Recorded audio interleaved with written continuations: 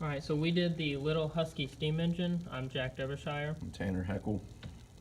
When it came to the part design, some challenges / assumptions we had. The piston rod length was undefined. The diameters were not always listed on some of the parts, nor was the hole placement always defined. So you often had to look at numerous parts to determine where these holes or diameters went or were.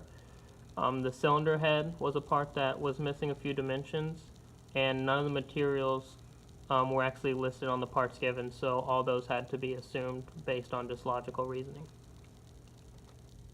Some of the drafting challenges that we had were CATIA makes it very difficult to define diameter of a spring and or the length of the spring because it has no truly flat surfaces, and the diameter isn't always defined by CATIA.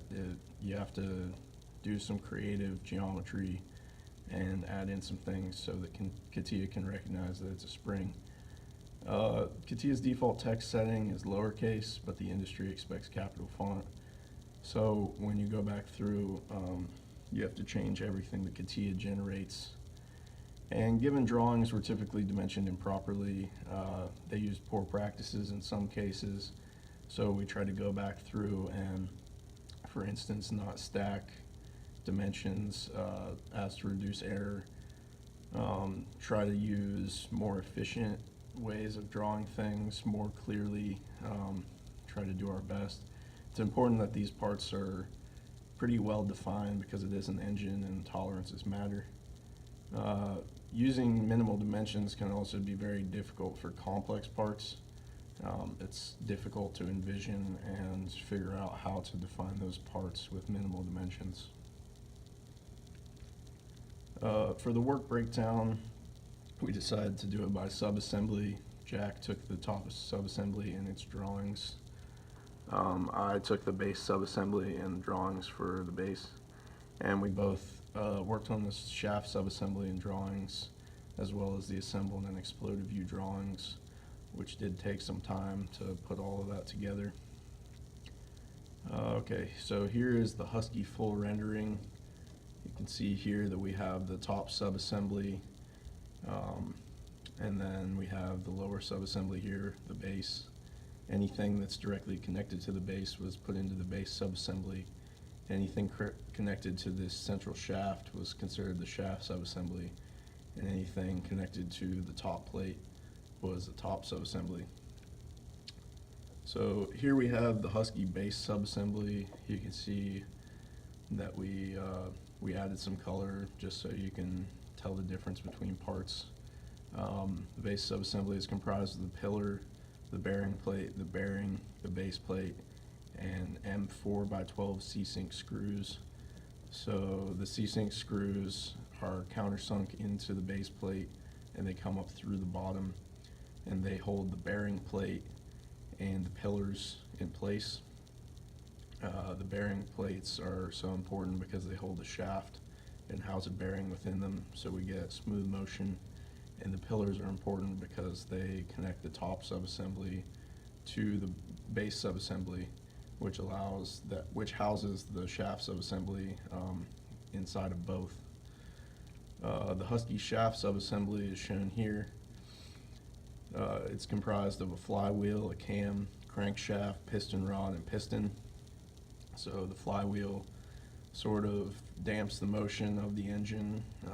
We have the cam here, which was somewhat difficult to design the part for, and also the piston rod was very difficult as there was no length given. We had to assemble the entire assemble the subassemblies together so that we could figure out how long this part needed to be.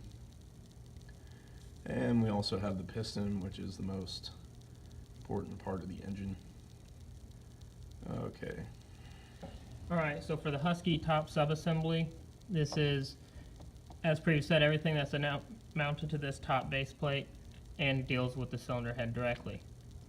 As you can see, it is comprised of mainly this base plate, the cylinder head, and everything that is fixed to the cylinder head itself. These 3 screws right here, the M2.5 by 13P head screws, are what affixes to the actual pillars that you've seen in the base plate subassembly. While these 16 M4 by 13P head screws fix the cylinder to the base plate and the cylinder head to the cylinder itself.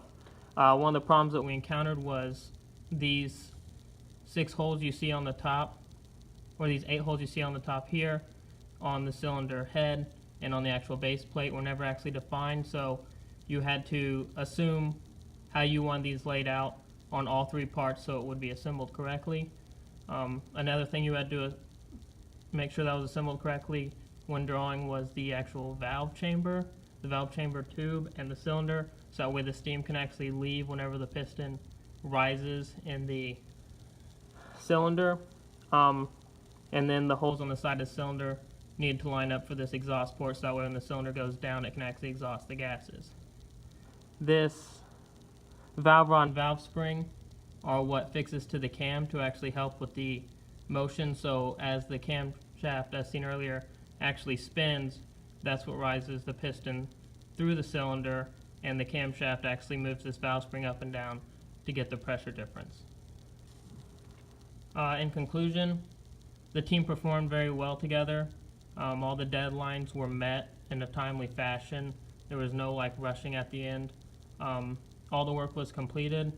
Any challenges that were met were overcome as a team through discussion amongst the two. And